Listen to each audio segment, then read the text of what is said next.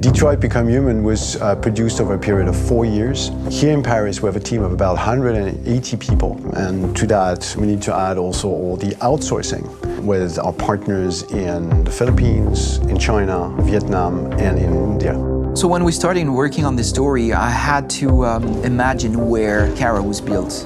And for whatever reason, the city of Detroit came very quickly to my mind because it had already an incredible story by itself full of history and themes.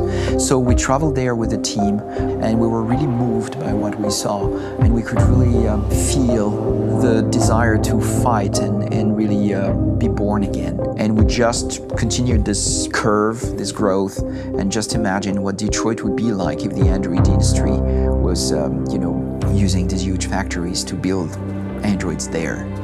A very strong element in Detroit is that there's a lot of industrial wasteland and a lot of nature too, and for us, the graphic designers, it was an incredible playground. The destroyed zones which we wanted to preserve, we appropriated them to turn into something else. Then in the areas that needed to be rebuilt, we were able to imagine our Detroit of the future. We didn't want to make a science fiction universe, but a world of anticipation. If we chose science fiction, we could have imagined flying cars, extraterrestrials, but those things are very far from our current everyday life.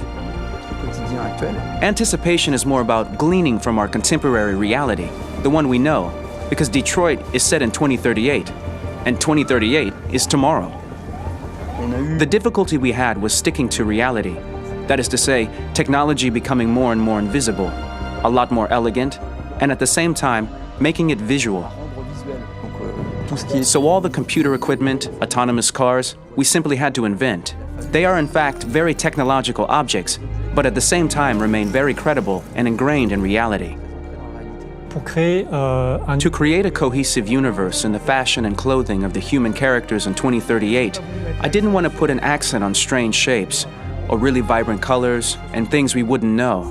That I wanted to keep for the androids. The goal was to create something familiar which we can identify with in this future setting. Working on the artistic direction for the androids was a bit special because this is a project about the place they could occupy in the human world. It was out of the question for them to be too beautiful or too perfect. They had to correspond to every social class, rich and poor. Inspired by everyday utilitarian clothes, I brought a modern touch by adding dynamic display surfaces, the armband we can see on the side, the triangle on the front and back, an LED. Like that, there's no confusion. Wait. You're sending an android? All right, ma'am. We need to go. You can't do that. Why aren't you sending a real person? Once we cast the actors, we travel to meet them in order to scan their faces. We record the structure of their face with the scan.